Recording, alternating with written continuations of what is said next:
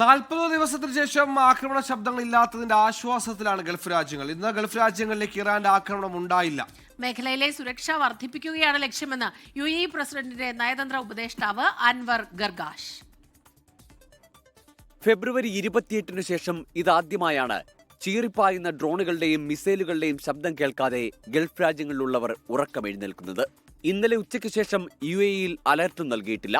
ഇന്ന് യാതൊരു ആക്രമണവും ഉണ്ടായിട്ടില്ലെന്ന് UAE പ്രതിരോധ മന്ത്രാലയം വ്യക്തമാക്കി. 530ഓളം ബാലിസ്റ്റിക് മിസൈലുകളും 2300ഓളം ഡ്രോണുകളുമാണ് ഈ കാലയളവിൽ UAE നേരിട്ടത്. 194 മിസൈലുകളും 515 ഡ്രോണുകളും ചെറുത്തതായി ബഹ്റൈനും സ്ഥിരീകരിക്കുന്നു. ഇന്നലെ ആക്രമണമുണ്ടായ കുവൈറ്റിലും ഇന്ന് സ്ഥിതി ശാന്തമാണ്.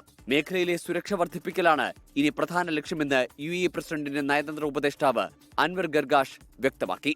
സ്ഥിരത ഉറപ്പാക്കുന്നതിനാണ് പരിഗണനയെന്നാണ് എക്സ് പോസ്റ്റ്. ബഹ്റൈൻ വ്യോമപാത തുറക്കാനായതും ഗൾഫ് മേഖലയ്ക്കൊന്നാകെ ആശ്വാസം പകരുന്നുണ്ട്.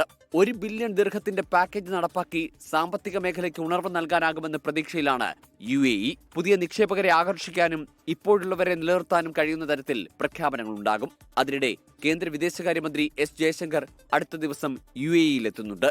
24 ദുബായ്.